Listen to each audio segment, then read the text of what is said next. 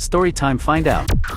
I've been a semi-driver for most of my life. While you're on the road you see a lot of weird things, but there was this one instance that almost made me quit and get a desk job. I was driving across the US and ended up in this place called Springdale. At the time I was a brand new truck driver and had been using a GPS system to get around, but it seemed like as soon as I crossed over into this town, nothing would work. Not my phone, not my GPS, nothing. I started to panic a little bit, but then I saw a sign for a 24-hour diner. I immediately felt relieved because I figured I could find help, but something in my gut was telling me not to go over to the diner. I thought it was because I didn't want to end up in a spot too small for my truck, so I decided to walk. 15 years later I'm still pretty sure it's a decision that saved my life. When I finally made my way to the diner parking lot I felt better because it was full of cars. I looked through the window and I could have sworn I saw people inside sitting in the booths. I made my way to the front door, and when I stepped into the diner, I stepped into a nightmare. The entire place was empty. I thought maybe I had mistaken my reflection in the window for another person, but then I really started looking around, and what I saw still freaks me out. There was still partially eaten food on all the tables, and cell phones. I could see bags and purses in the booths. TVs were on everywhere, and I could even see that there were burgers on the grill slowly burning behind the bar. But the thing that really got to me and made me run out of there were the crayons. On a couple of tables you could see the places where kids had been in the middle of drawing. It was like they all just vanished at once. I realized that if I had driven my truck, I would have been in the diner when whatever happened. Most people might want to stick around and figure out what that was, but I got out of there so fast and I didn't look back. I checked for news reports in that area hoping to find anything out, but I could never find anything. As for where all the people went and what was going on, I don't know, and honestly I hope I never find out.